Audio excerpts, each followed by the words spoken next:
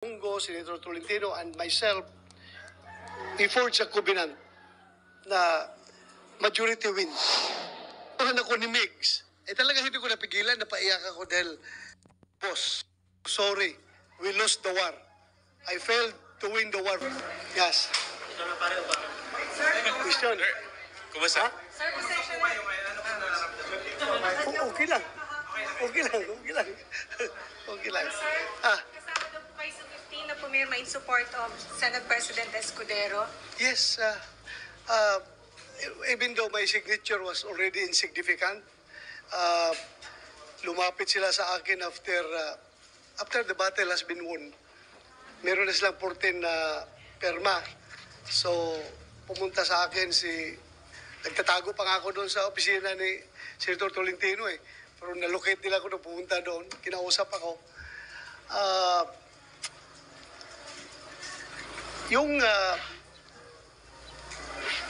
Sabihan ako na kahit na hindi na kailangan yung perma ko because they already have 14 and they only need 13 to unseat the Senate President. Kahit na hindi na kailangan, immaterial na yan, kung pipirma ko hindi, but still, narinig nila na I was poised to join the minority. I was really contemplating seriously to join the minority after that incident. But I was persuaded by Senator Chis and Senator Alan Cayetano na please stay with the majority. Huwag kang pumunta sa minority. So, sumama ka na lang dito sa majority. And ang mas mabigat na rason dyan talaga is that among us three magkabats na PDP senators, Senator Bungo, Senator Tolentino, and myself, we forged a covenant na majority wins.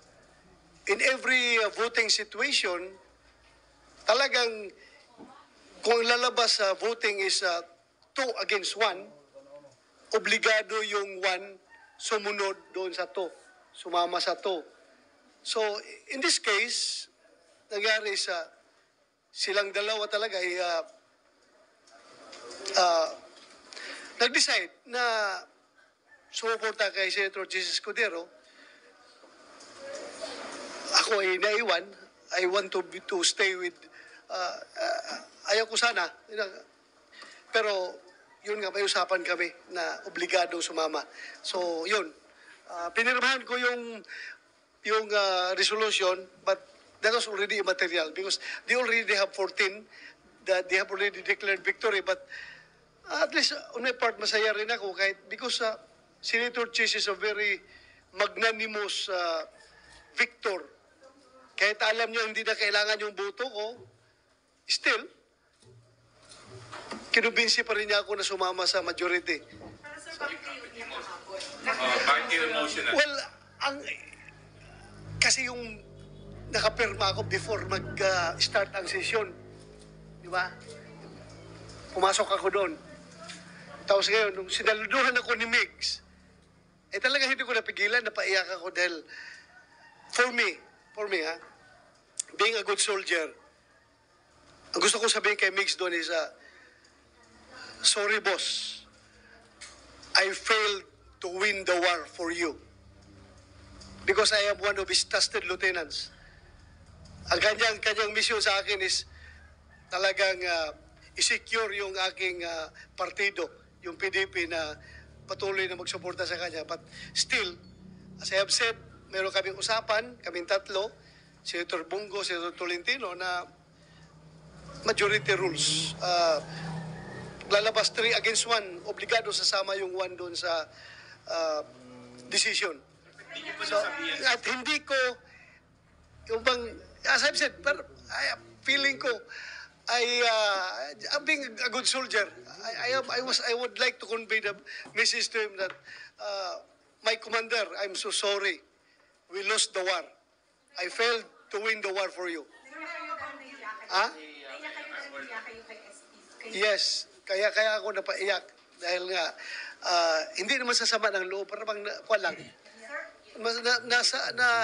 Nahiya ako sa kanya Dahil hindi ko napanalo yung gira para sa kanya. Senator, ba't hindi niyo po sinabi kay Sen. Mix before mag-start yung session na sumama kayo doon sa grupo ni Senchi? Well, andun kami sa opisina ni Migs before before mag-start. Nung pumasok si Senator Chis at si Senator Alan, sabi ko, exit ako kasi baka maipit ako. Baka sibat ako doon sa isang pintuan. Di ba? Dalawang pintuan doon. Isang papasok, isang palabas. Pagpasok nila, sumibat ako doon sa labas. Labas ako. Hindi na kami napag-abot.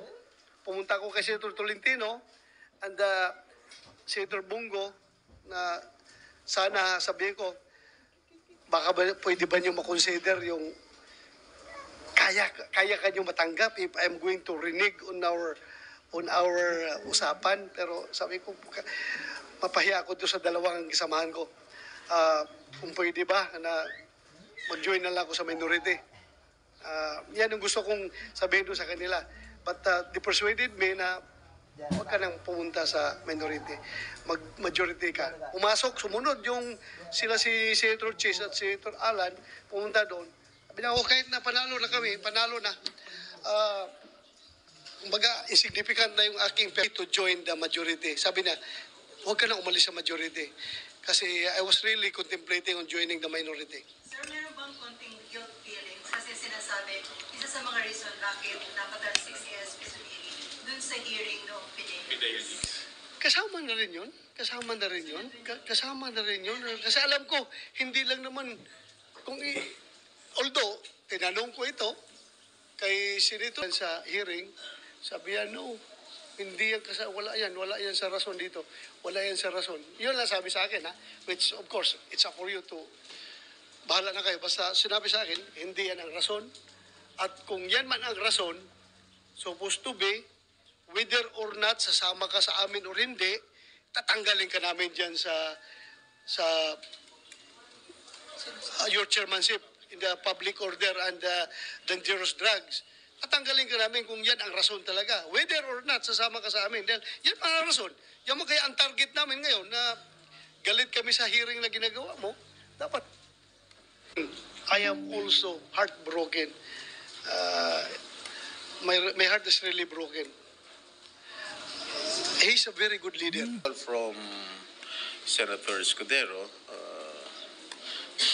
3 days ago before 3 days ago, and he wanted to talk to me personally, so I agreed to talk to him, and he intimated to me that he was interested in the Senate presidency, and then of course I was asking a lot of questions, and I agreed.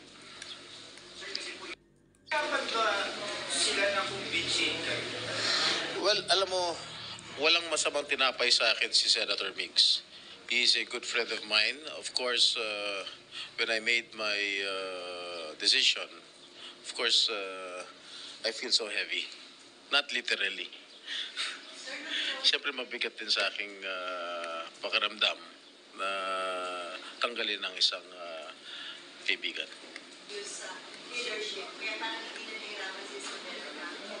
Yes, there are a lot of factors and issues that led me to sign the resolution.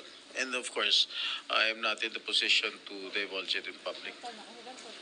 Sir, Fidelis po yung SPGs, ano pong binanggit niyang reason sa inyo? Excuse me? The SPGs, Ah. ano binanggit niyang reason sa inyo? Bakit kailangan magkaroon ng leadership? Nasa amin dalawa na lang yan. Sa inyo, sir, yung isa sa mga reasons kahit isa lang. Hindi na. I'll just keep mum on it. Well, there are several factors and issues that that I told you that cannot be divulged in public. Walang outside forces. It is just among our colleagues here. Senator, how will you respond to concerns na baka nga gano'n na maapektuhan under the new leadership, baka maapektuhan ng outside Malacanang, for example, itong Senate? Wala naman siguro. Wala naman mga apektuhan. It's just a change of leadership. We will always the palace. As long as it will redound to the benefit of our people, We will always be supportive of it. But rest assured that we will still remain independent as an Senate, as an institution. How about sa House, sir? What will be your relationship sa House? Well, I hope our relationship between the Senate and the House of Representatives will be more, kumbaga, mas gaganda yung relasyon ng Senate at House of Representatives. Well, I cannot speak of my other colleagues who signed the resolution. I do not know. Siyempre, isa-isa kami kinausap, no? I-ask ba na magkausap ka din ng ibang kasama ng senador? Meron pinaubaya sa akin. May mga pinaubayan. Pero isa lang. Secret. Kakausap mo, sir? Ha? Kakausap mo. Isa lang ang makakosa ko dyan eh. Hindi. Hindi. Ang lumalabas kasi na bali-balita sa labas na ako raw ang nag-instigate, ako raw nag-initiate nitong coup d'etat laban kay Senator Mix. Hindi po totoo yan. I am denying it outright. I had no hand. I never initiated or instigated the ouster of Senate President Zubiri. Sino sir nag-initiate, sir? On his own. Huh? Of course, he's the interested party. So, di ba sabi mo nung dati, di ba meron ito ay pag-third time na naubog yung coup. Tapos yung sabi mo nga na parang yung coup, hindi naman yan matagal na tinatrabaho. Yeah. Manandali Manandali. yan. Ngayon na mabilisan lang na. Mabilis. I have been a senator since 2004, no? This is my third term as your senator, and I have been a witness to some change of leadership here in the Senate. So, yung dalawang change of leadership noong araw, mabilisan lang yun, 2-3 days lang. Ganito rin nangyari. Ganito din nangyari. Hindi pinaplano yan eh. Hindi mo paabutin isang linggo, 2 linggo. Ha? Siguro. Pero sir, naiintindihan niyo kung may sama na loob si SP Mix sa iba yung kasama. Kung? Kung naiintindihan niyo siya kung may sama Of course. Normal yun, sir. I feel for him. Of course. Natural lang yan. That is a natural reaction. Who approached you, sir, na merong leadership? Mga tawag-tawag lang sa telepono, Viber, ganun. So, next question, please. Sir, kasama si Senator Bato dun sa Pumirman? Yeah. Kasama niya sila? Yeah. Ba't Oh. umiyak sir kahapon? Hindi ko alam eh. Kung siya ang tanongin niyo, siguro ano lang siya, emotional o... Hindi ko na, I cannot answer that. Oh. Pero, Senator, nag-decide po kayo as Merong- or as individual senators? Kasama kayo to support Senator Cheese? Of course, all decisions would have to be made individually. Diba? Individual naman. You sign individually. There is no such thing as collective signature. So, individual talaga yon. So, mahirap ang tanong nyo. Sir, may majority leader ka na. Iibang mo ba yung committee chairmanship mo sa Justice Committee and Maritime? Yun ang pag-uusapan pa. Kasi kanina nag-bicameral kami ng House, yung counterpart. Nandito lahat sila eh.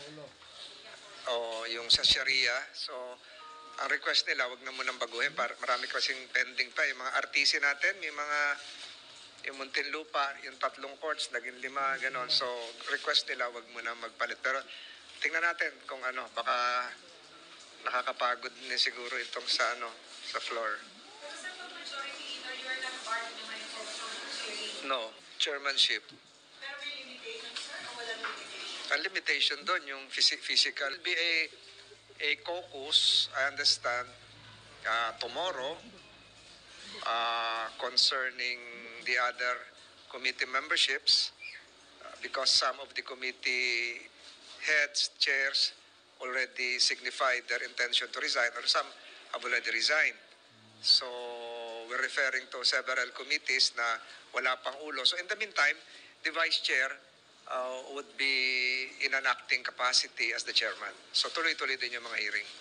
Pero sir, would you know, sir, kung ni Senator Zubiri ay mananatili sa majority block at open pa rin kung magbibigay sa kanila yung tumigas na hawak nila, like Senator JB, he said for his resigning as chairman of the House. Palagay ko, very, very accommodating naman si Senate President Chis Escudero, and alam ko yun ngang instruction.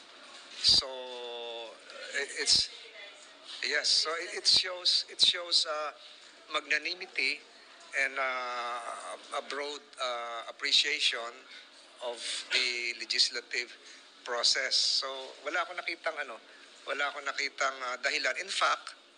In fact, mamaya ino-nominate ko si Senator Mig Zubiri to represent the Commission on Appointments. Sir, how about Sergeant at Arms Partido? Kapatino. Sir, party representative o party representative? Palagay ko kapalit na siya ni SP. Sir. Yun. Meron na kayong istorya. Paano yung mangyayari, sir? Yung si SP Subiri will remain doon? Oo. Kasi automatic na, hindi, no. As a member. Kasi automatic naman si SP as presiding officer ng, in fact, nagpipreside na ata siya ngayon eh. Diba? So automatic naman siya. Yung mapapalitan niya, bali? Ni Ni Senator Subiri kung papapalitan. Cheese. Good. Hearing tomorrow, tuloy po yan. Hindi ko pa nakausap si, nabago na nga, pro temp na si ano eh. Yes. So, hindi ko pa uli siya nakausap since yesterday. Pero I heard napadala na lahat yung invitations. So, hindi ko pa alam kung tuloy o hindi. Sir, personally, sir, ano tingin nyo dahilan bakit necessary yung pagpapalit ng liderato? Hindi ko na masagot yan, sir. Pero sir, personally, what made you decide to parang... Hindi ko na masagot yung tanong na, akala ko itatanong nyo, yung latest sa West Philippine Sea. Tapusin mo na natin, sir. Marami nangyari, the last 48 hours you might not be aware of. Sir, yung Sergeant at Arms mo, stay pa rin sila. Yun ang narinig ko kahapon. Wala pang ano. Sir, natanong mo namin, sir, kung paano po na yung discussion sa pag-i-install po sa inyo ni Senator Jinggoy as pro-dem and kayo po yung as majority leader. Handpick po ba kayo ni Escudero? I think so. Siguro yun ang gusto niya na ano. Siya na yung may green light and free hand to select who will assist him. Pero wala pong ibang napangalanan na kasama sa pag-ibig. Hindi ko na mamarites yun na ano eh. So, sir, bago pumasok sa plenary kahapon, alam mo na magmamajority. Meron ng inkling. Natanong nyo?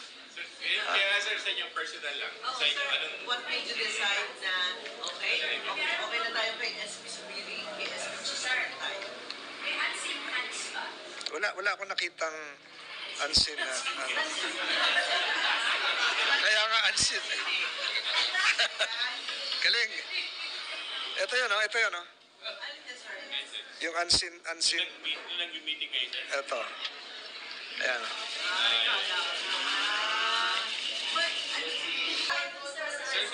Wala, unseen. Pag unseen nga, hindi mo makita kung merong Sino unseen. nagbigay sa'yo ng resolution na pipirmahan mo? Yun na lang.